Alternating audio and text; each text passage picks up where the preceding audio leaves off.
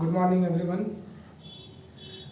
हम लोग पढ़ रहे थे रिंग थ्योरी के बारे में। हम लोग बहुत आगे तक जा चुके थे। प्रॉपर्टीज़ वगैरह कुछ थ्योरम वगैरह पे हम लोग आ चुके थे। और फिर आज का क्लास जो हमारा होने वाला है वो भी कुछ प्रॉपर्टीज़ थ्योरम और एग्जांपल, प्रॉपर्टीज़ तो हो चुका था, थ्योरम और एग्जांपल पे होगा। और फिर आगे चीज़ों को लेते हुए हम लोग आगे बढ़ेंगे।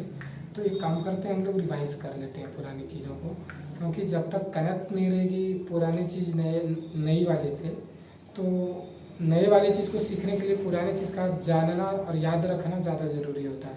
तो एक बार हम रिवाइज करते हुए आ जाते हैं, 5 से 10 मिनट में आ जाएंगे। और फिर जहाँ तक हम लोग पढ़ चुके थे वहाँ से फिर हम लोग आगे बढ़ेंगे, उस बात का ख्याल रखेंगे। तो चीज़ें कनेक्ट होनी चाहिए एक दूसरे से, जिससे हम लोग और अच्छे ढंग से समझेंगे। आइए हम लोग फील्ड रिंग पढ़े थे। रिंग के लिए हमारे पास प्रॉपर्टीज था, ये रिंग होता था, ये रिंग अंडर एडिशन मल्टीप्लिकेशन। इसके लिए प्रॉपर्टीज होना चाहिए, अंडर एडिशन अवेलियन होना चाहिए। दूसरा हमारा था अंडर मल्टीप्लिकेशन सेमी या डेमी, ये होना चाहिए था। और तीसरा था multiplication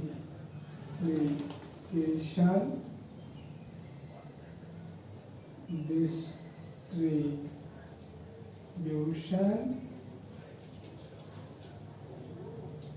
under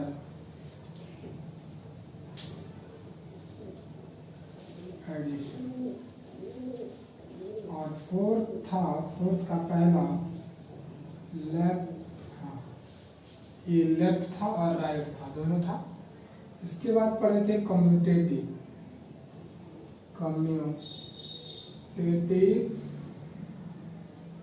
ring with unity.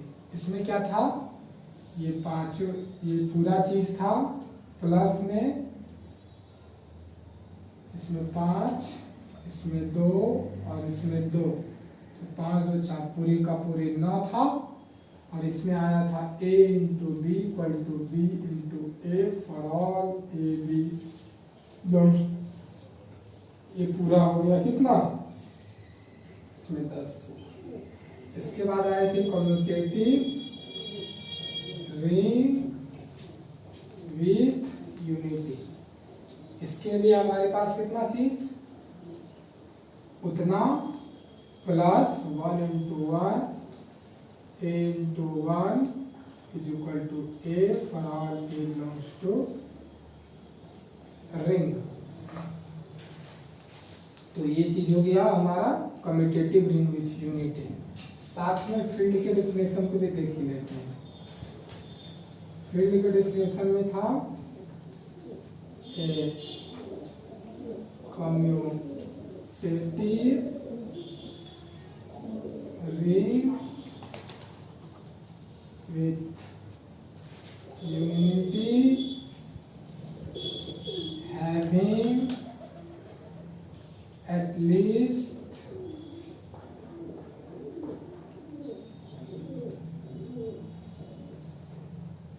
two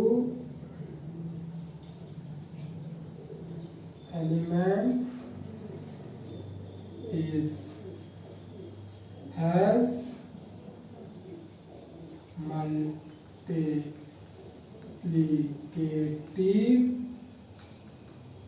inverse। Short में every non-zero element of R implies that multiplicative inverse on R, where R is commutative ring with unity. क्या होना चाहिए, R commutative ring with unity होना चाहिए। और every non zero element है multiplicative inverse हो जाए तो हो जाए, मतलब ये commutative ring with unity plus every non zero element of R has multiplicative inverse. इसके बाद फील्ड के बाद था स्क्यू फील्ड। स्क्यू फील्ड उसमें क्या था, a ring with unity, a ring with unity, a ring है जो किसके साथ है भाई, यूनिटी के साथ है, हैज हैविंग एटलीस्ट 2 एलिमेंट तो है ही, has every non-zero element has multiplicative inverse, has multiplicative inverse। इसके बाद इतना ये हो जाने के बाद स्क्यू फील्ड हो गया, इसके बाद हम लोग आगे बढ़ते हैं। और यदि सेट R जो होता था, यदि वो R आपका क्या हो, सेट ऑफ इंटीजर हो तो रिंग ऑफ इंटीजर कहलाएगा। यदि वो R set of rational number हो तो सेट ऑफ रेशनल नंबर का रिंग कहलाएगा। और यदि वो R कॉम्प्लेक्स नंबर हो तो कॉम्प्लेक्स नंबर का कहलाएगा रिंग। हम लोग इसके बाद प्रॉपर्टीज पढ़े थे, जनरल प्रॉपर्टीज, जनरल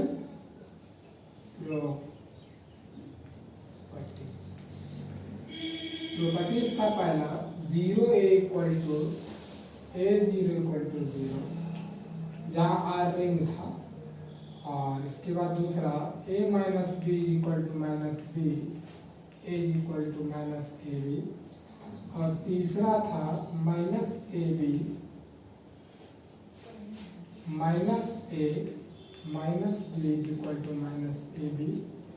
चौथा और पांचवा एक ही टाइप का था, A B C is equal to A C minus A B A C, B minus C ये ए था तो B A minus C A. Clear था? प्रूफ करने का तरीका याद होगा आप लोगों को, कैसे प्रूफ करते थे।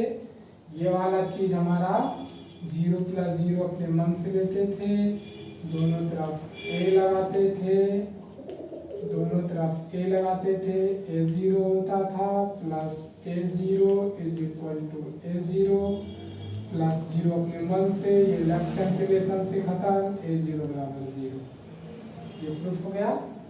इसको प्रूफ करते थे इसकी मदद से, याद होगा हमारे पास A0 बराबर 0, A B plus minus B equal to 0, distributive law होगा ही, minus B is equal to 0। इतना और इतना मिला के आइडेंटिटी आ गया। तो हम लोग क्या करते थे, a minus B is equal to minus A B, और इसी तरह से दूसरा पार्ट भी प्रूफ करते थे। तीसरा पार्ट की याद है, बताइए कैसे होता था। तीसरा पार्ट कैसे होता था, तो दूसरे पार्ट की मदद से तीसरा पार्ट होता था, a minus B is equal to minus A B, दोनों तरफ माइनस लगा दीजिए, दोनों तरफ माइनस लग गया, ये और ये माइनस खत्म, ये ए बी हो गया। चौथा भी बहुत आसान था, ए बी माइनस सी जो लिए हो, for all A B C belongs to R where R is ring. तो इस चीज़ों को लिख सकते थे, ये पहले भी यूज किए हैं, ये बी प्लस माइनस सी, ये रिंग का है तो ये ए बी हो गया प्लस ए माइनस सी हो गया। क्लियर हो गया। ये प्रॉपर्टीज यूज होता है, इसको ऐसा लिखते हैं, और उसी तरह से हम एस इधर से भी हो जाएगा, ये हो गया। इसके बाद दूसरा प्रॉपर्टीज, दूसरा थ्योरम क्या पढ़े थे, ये जनरल प्रॉपर्टीज के बाद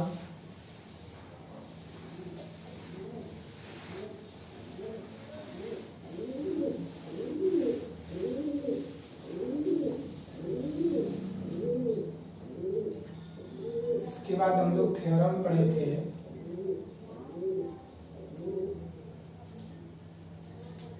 a necessary and sufficient condition for a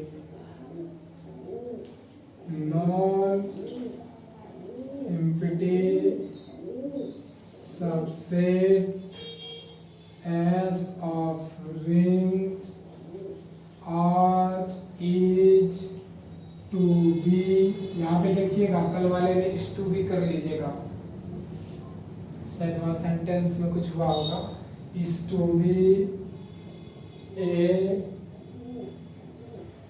सब ring if condition number first, अलग अलग लिखिए या एक साथ लिख दीजिए, फर्क नहीं पड़ता है। Condition number second, A B belongs to S implies that a into b belongs to s।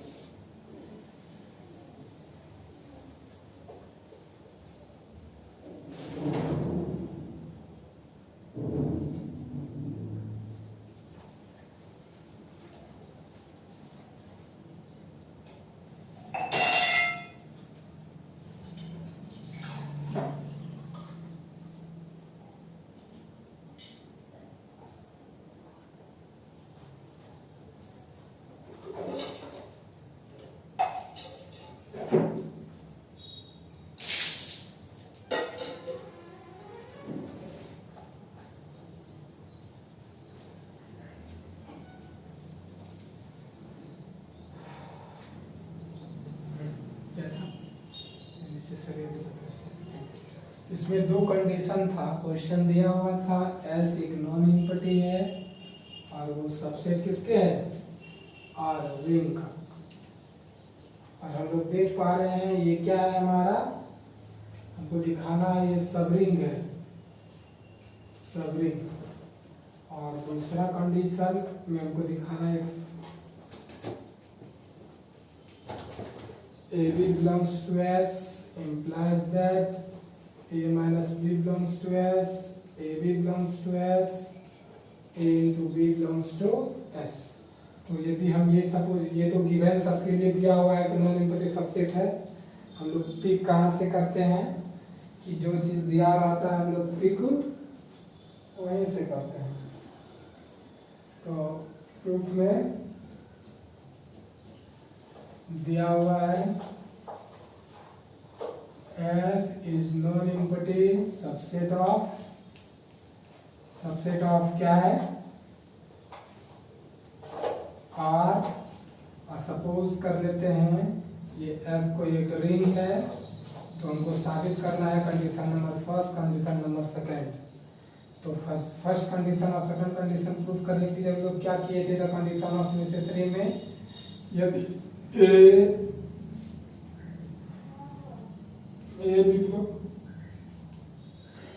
A B belong कहाँ करता है, एस में। लेट कर लेंगे A B belongs to S since B belongs to S, तो minus B belongs to S. अब ये now ए कहाँ बिलोंग कर रहा है, एस में। माइनस बी कहाँ बिलोंग कर रहा है, एस में। एस सब रिंग है तो रिंग रहा होगा, तो by closure property A plus minus B belongs to S. By closure property कल भी बताया है, A minus B belongs to S, closure property. और अंडर मल्टीप्लीकेशन ये तो एक क्लियर हो गया। दूसरा नंबर में दो रिंग का दूसरा प्रॉपर्टी जो कहता है हमारा कि वो मल्टीप्लिकेटिव सेमी ग्रुप बनाना चाहिए अंडर मल्टीप्लिकेशन। तो multiplicative close under closure property होगा ही, क्लियर है वो भी। इसके बाद सफिशिएंट कंडीशन था,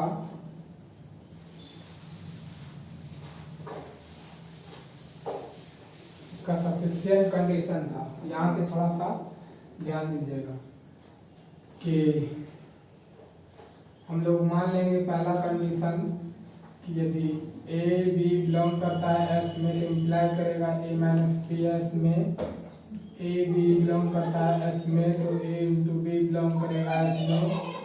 तो we shall to show that हमको दिखाना होगा एस इज सबरिंग, ये सबरिंग होगा।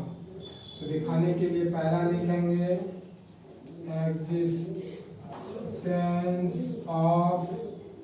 एग्जिस्टेंस ऑफ क्या, आइडेंटिटी। बताए थे कल एग्जिस्टेंस ऑफ आइडेंटिटी। ये ए बिलोंग करता है एफ में, तो ए बिलोंग करता है एफ में, ये लिख ही सकते हैं। इम्प्लाइज दैट फर्स्ट कंडीशन से दोनों का माइनस करने पर एफ में होगा। Existence of identity is clear. Existence of दूसरा था existence of inverse. Existence of inverse में क्या था, ए बिलोंग्स टू एफ और ऐसे कहते हैं जीरो एफ में है कि नहीं, यहाँ देखिए तो मिल चुका है।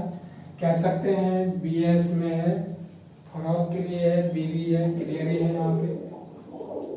तो ये है, तो इसको हम फर्स्ट प्रॉपर्टी से दोनों का माइनस एस में होगा कि नहीं, माइनस बी बिलोंग्स एस में कर गया कि नहीं, दैट इज बी एस में है तो माइनस बी कहाँ मिल गया, एस में मिल गया। ऐसा फॉर ऑल के लिए हो गया, for all B belongs to S. Existence of identity is clear. अब क्लोजर हम लोग देखेंगे।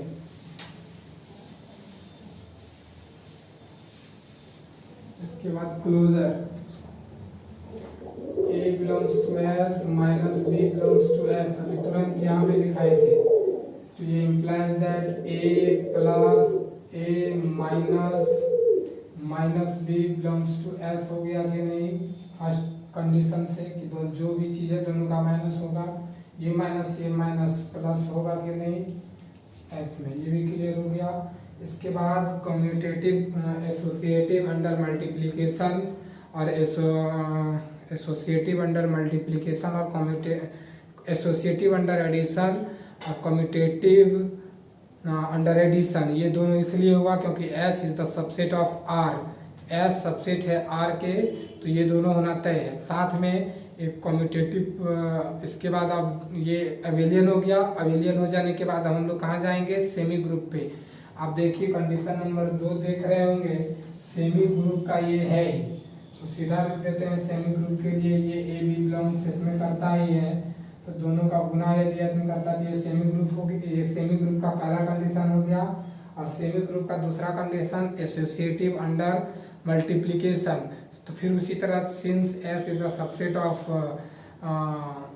आर रिंग है और वो एसोसिएटिव प्रॉपर्टी होल्ड किया हुआ, इसलिए इसका करना तय है। इसके बाद हमारा आ जाएगा कि फिर उसी तरह मल्टीप्लिकेशन डिस्ट्रीब्यूटिव ओवर एडिशन या अंडर एडिशन, उसके लिए भी उसी तरह से कि एस सबसेट है, एस किसके सबसेट है, आर के, और आर रिंग है, तो वो मल्टीप्लिकेशन डिस्ट्रीब्यूटिव और अंडर एडिशन रहा होगा, तो इसलिए एस में भी हो गया। तो यहाँ तक क्लियर हो गया। एक थ्योरम और आ गया था, उसको भी हम शॉर्ट में 2 मिनट में रिवाइज करा देते हैं।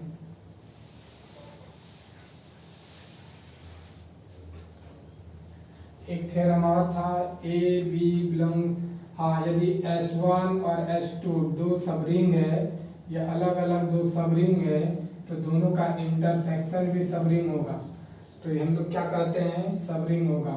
तो उसके लिए हम लोग क्या मानते हैं, A B belongs to A1। Proof कैसे किए थे, let S1 and S2 be are two sub ring of ring R था, since S1 is the sub ring of इतना and S2 is the sub ring of R, तो A B belongs to F, A minus B belongs to F, 1 कीजिए। और इसके बाद दूसरा A to B belongs to F1, ये पहला condition equation first हो गया, और दूसरा के लिए क्या हो गया, ये दूसरा कंडीशन अगेन करके लिखे थे हम लोग।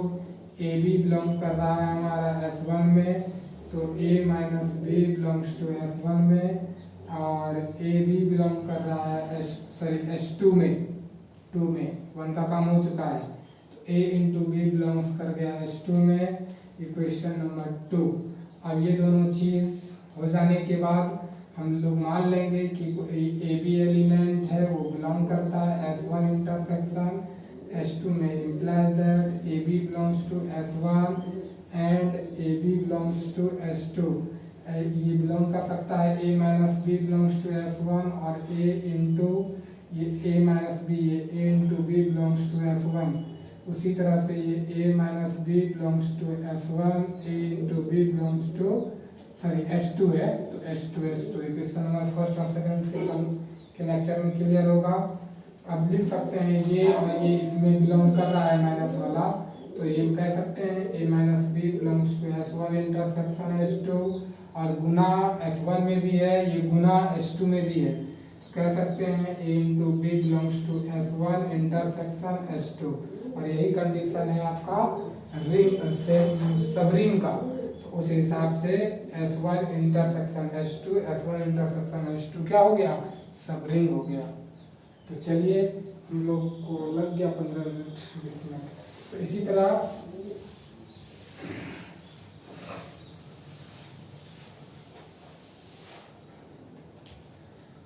तो लगभग 15 मिनट हो गया होगा। तो उसी तरह हम लोग रिवाइज यदि डेली करें तो ये चीज़ें नहीं भूलेंगे, और एग्ज़ाम में जो भी क्वेश्चन आएगा हम लोग आराम से बना सकते हैं। चलिए हम लोग आगे बढ़ते हैं अपने नेक्स्ट थ्योरम की तरफ, और फिर देखते हैं। देखिए थ्योरम नंबर तीसरा होगा। पहला जनरल हो गया, दूसरा क्या हो गया था, प्रॉपर्टीज पहला वो वाला हुआ था, जनरल को शायद मेजर नहीं किए थे, 1 2 3, तीसरा ये होगा। लिखिए an arbitrary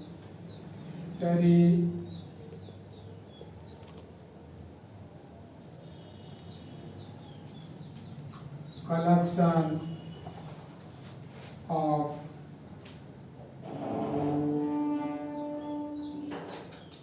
subring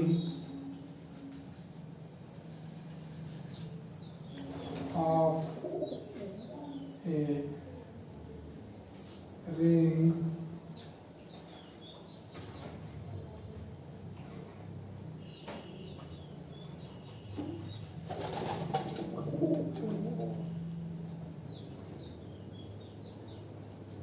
ring is also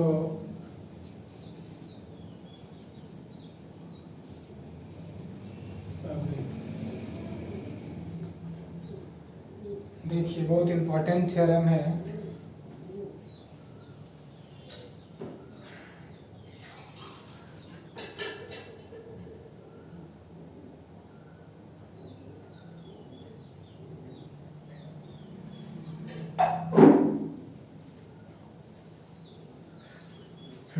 बहुत इम्पोर्टेंट थ्योरम है ये कि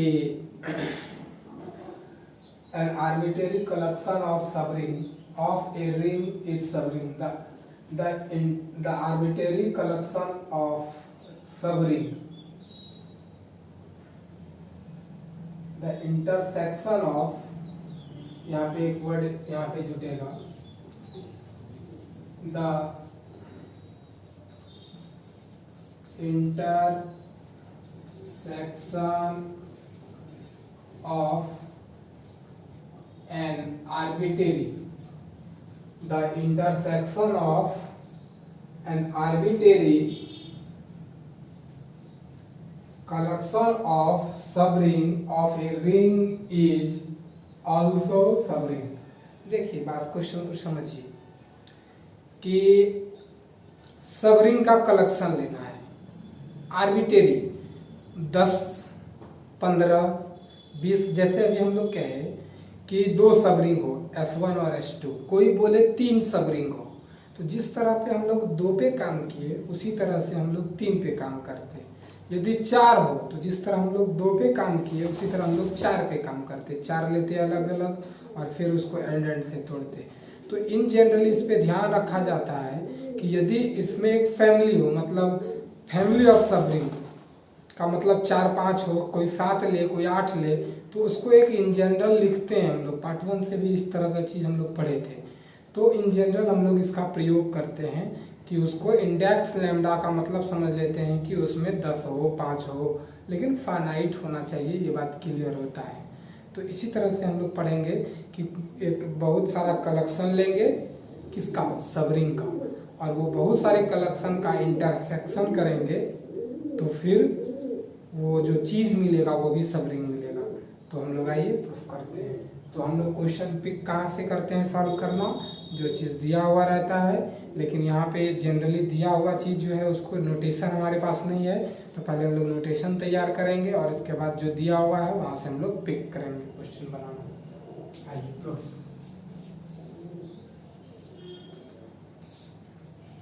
late S I belongs to index lambda be the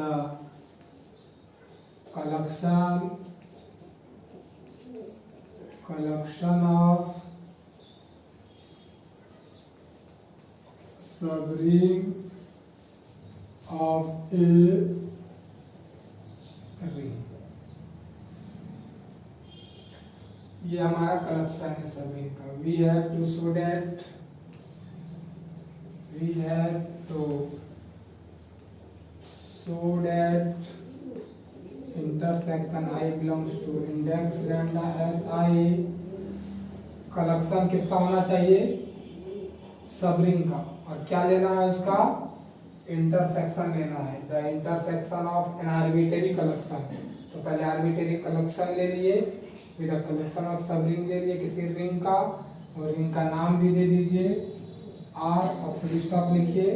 अब हमको साबित करना है कि उसका इंटरसेक्शन मतलब सब का को इंटरसेक्ट कर देंगे। वो सब कौन कौन? ये इज ऑल्सो सब। अरे कोई दिक्कत नहीं ना। Since etch S I is सब which implies that। समझिए, आप जो कलेक्शन ले रहे हैं वो सबरिंग का ले रहे हैं। जैसे हम लोग पिछले थ्योरम में दो सबरिंग लिए थे, S1 और S2। तो S1 सबरिंग रहा था तो वो अपना प्रॉपर्टीज A B बिलोंग करता है S1 में, तो A माइनस B बिलोंग किया S1 में, A B बिलोंग किया S2 में, तो फिर A इंटू B बिलोंग किया S2 में। तो उसी तरह से यदि 3 लेते तो तीसरे के लिए भी हम लोग क्या कहते हैं कि S3 में बिलोंग करता है A और B, तो A माइनस B बिलोंग करेगा S3 में, A B यदि बिलोंग करता है S3 में तो A इंटू B बिलोंग करेगा S3 में। S4 के लिए भी ऐसा होता। यहाँ पर हम लोग जो लिए हैं गिनती नहीं मालूम है कि कितना है, लेकिन काउंटिंग कर सकते हैं।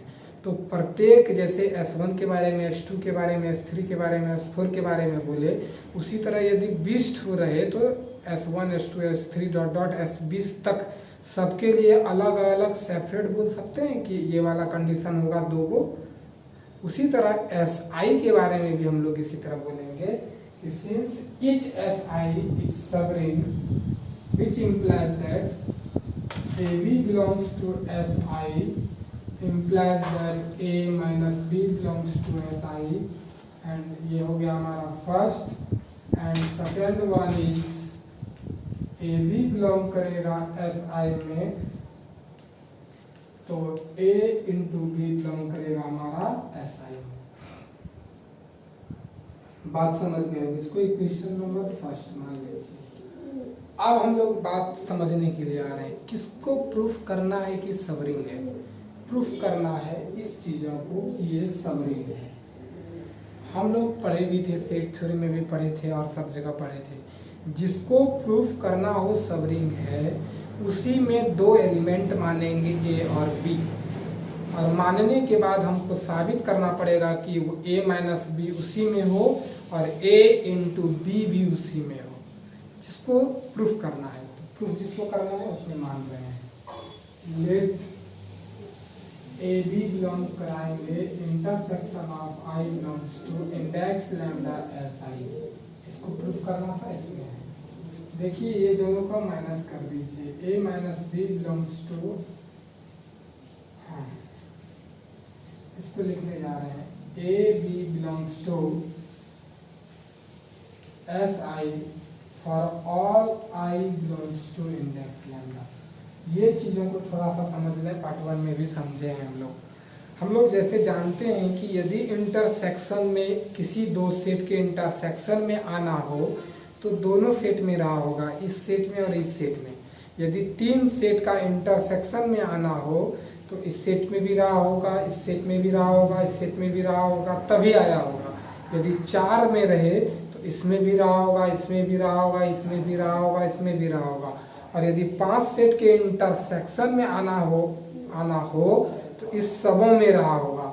उसी तरह से यदि 10 में आना हो तो 10 में रहा होगा, तब उसके 10 के इंटरसेक्शन में आया होगा। तो ऐसा लगता है ना कि इंटरसेक्शन वर्ड के संबंध में हम लोग कह सकते हैं फॉर ऑल। क्लियर है? और ऐसे भी हम लोग जानते हैं। तो इस चीज़ों को फॉर ऑल से तोड़े, कैसे तोड़े समझ में आ गया। अब देखिए तो A B belongs to S I है, तो ए माइनस बी बिलोंग करेगा एस आई में पहला, एंड दूसरा बिलोंग करेगा A into B belongs to S I for all I belongs to index lambda. Pi नहीं है, index lambda. A B belongs to S I, A B belongs to S I, तो दोनों का minus उसमें, A B belongs to S I, दोनों का गुना उसमें, तो दोनों का गुना उसमें। तो इसको लिखेंगे फॉर ऑल आई, ये यूजिंग फर्स्ट।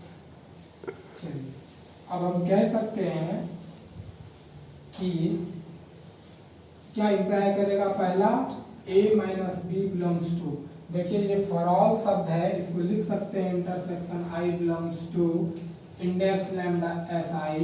एंड दूसरा बात इसमें ये भी लिख सकते हैं a into B belongs to, ये इंटू है, belongs to intersection of i belongs to index lambda S I. S I ये जो फॉर ऑल था उसको इंटरसेक्शन से हटा दिए।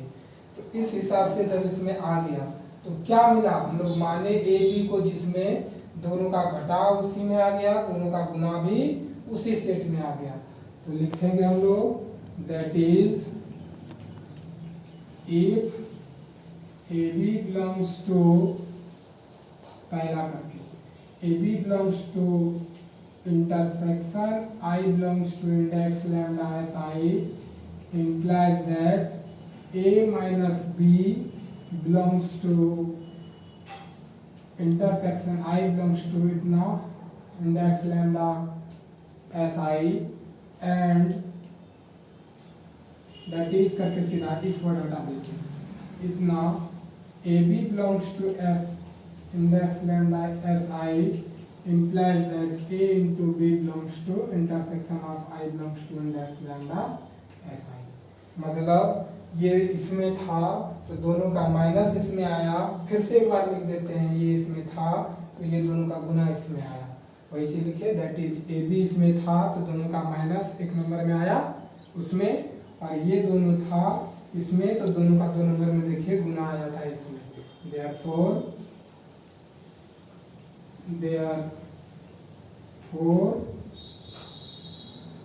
intersection I belongs to index lambda si is subring of ring R। Clear हो गया? ठीक है, इसके बाद आगे आइए। थ्योरम थोड़ा सा लिखने में शुरू में गड़बड़ हो गया था ना।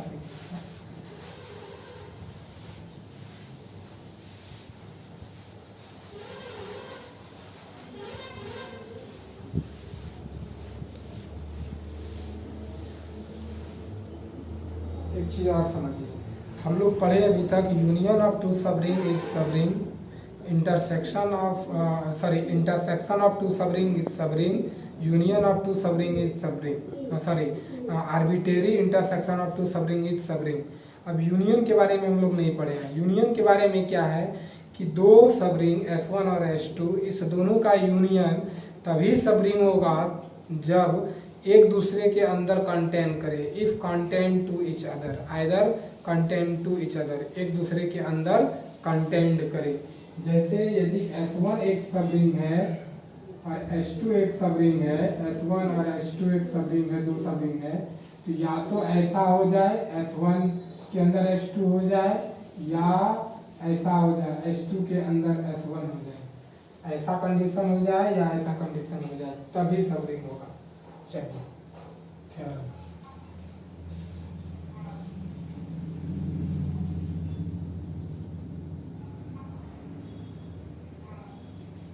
the union of two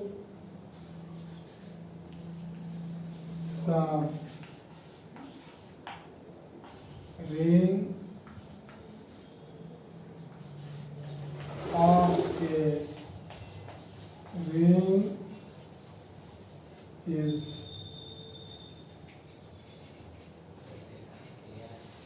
subring if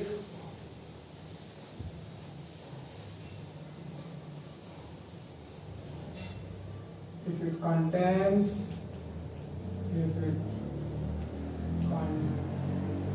contained to each other, एक दूसरे के अंदर कंटेन करें। प्रूफ हम लोग ट्रिक वहीं से करेंगे। Let S1 and S2 be R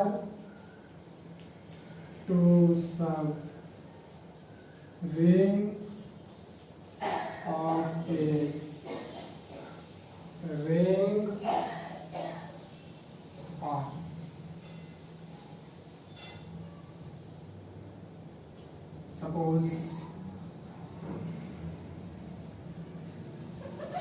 suppose हम लोग मान लेते हैं सब ring either S1 is the subring of इतना या S2 is the subring of S1. ऐसा we have to show that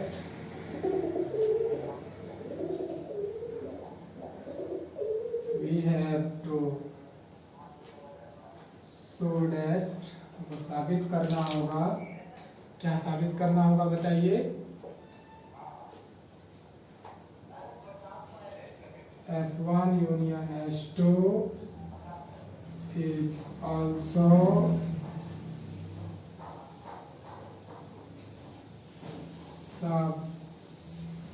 subring of ring R। कोई दिक्कत? चलिए when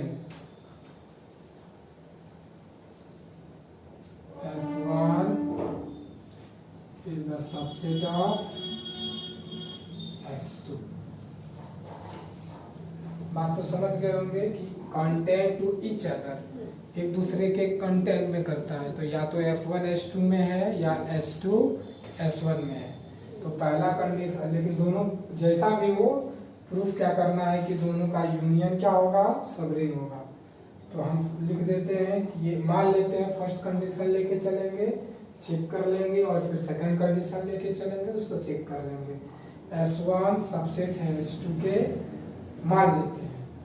तो अब इस कंडीशन में हमको सेट करना है, हमको प्रूफ क्या करना है, S1 यूनियन S2 दोनों का यूनियन क्या होगा, सबरिंग होगा। आइए, since S1 is a subset of S2 implies that S1 union S2 is equal to क्या होगा? ध्यान से देखिए, अभी जो माने हैं यहाँ पर S1 सबसेट है, अंदर है, बराबर हो सकता है वो अलग बात है, लेकिन समझने के लिए ये S1 अंदर है और S2 बड़ा है, ये इसके बराबर हो सकता है, इस सिंबल का मतलब हुआ, तो कोई बात नहीं है।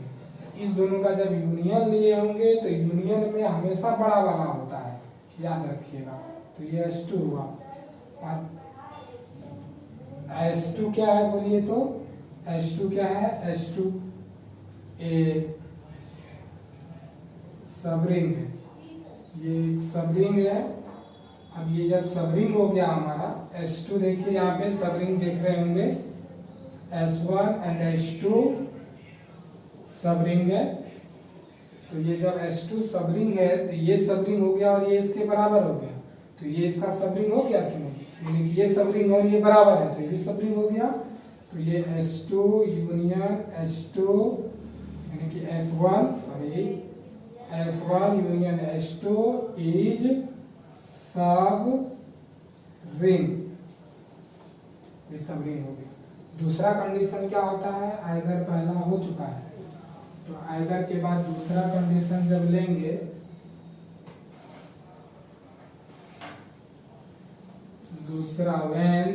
दूसरा कंडीशन हमारा और वाला आइदर के बाद एक कंडीशन ये हो गया, दूसरा कंडीशन ये ले रहे हैं S2 is the subset of S1, यदि ऐसा हो, सॉरी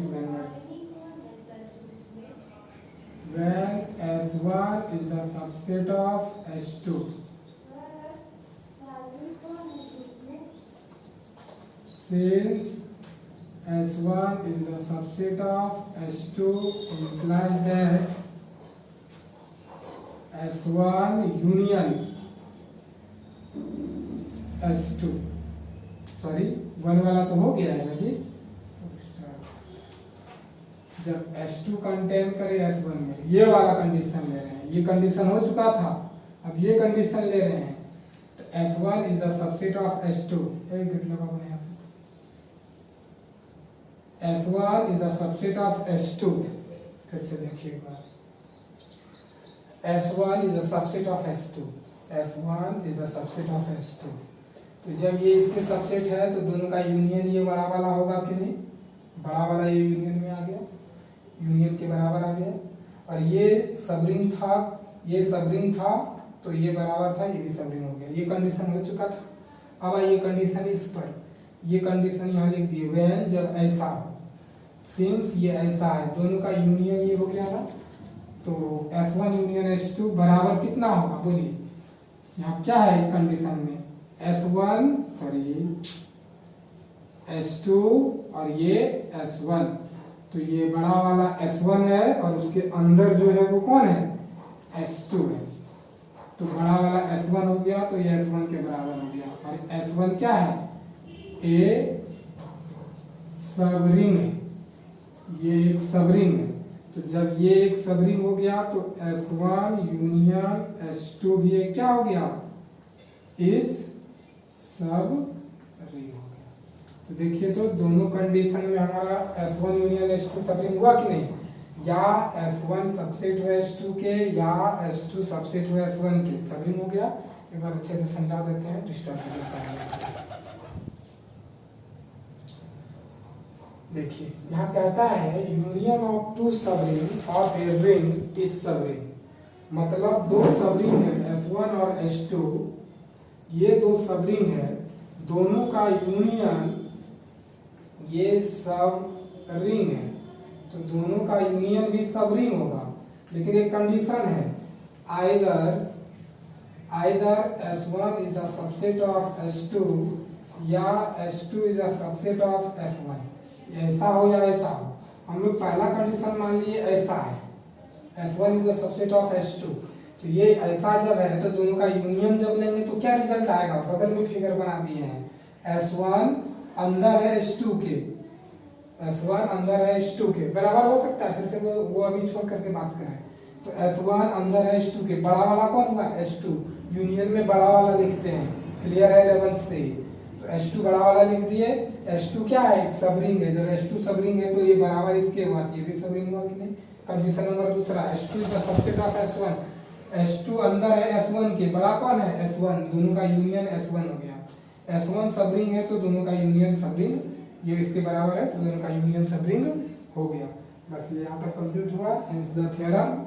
इसके बाद आइए एग्जाम्पल, इतना परेशान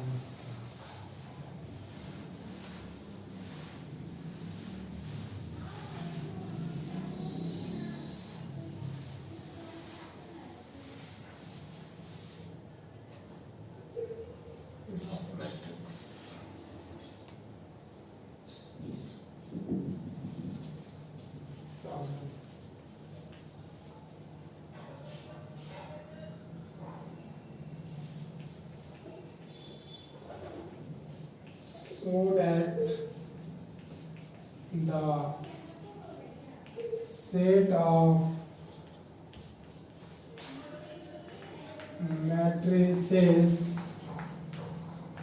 A B C 0 set of matrices A sub ring of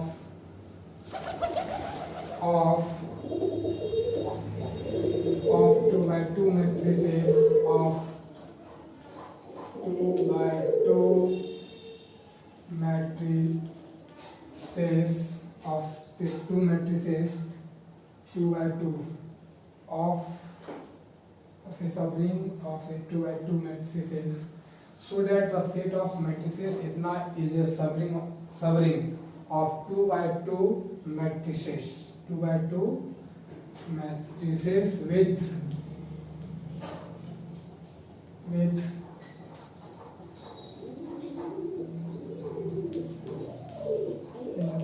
integer element. Solution. बात समझिए, एक कलेक्शन ऑफ मैट्रिसेस है और उसमें जो कलेक्शन किया गया है मैट्रिसेस का, वो जो मैट्रिसेस है वो 2 by 2 ऑर्डर का मैट्रिसेस है, और उसमें जो एक मैट्रिक्स हम लोग सबरिंग ले रहे हैं वो भी 2 by 2 मैट्रिक्स का है, जहां पर मैट्रिसेस इस प्रकार से है, A B 0 C के फॉर्म का है। तो ठीक है, हम लोग फिर अगले दिन इससे आगे बढ़ेंगे। ठीक है।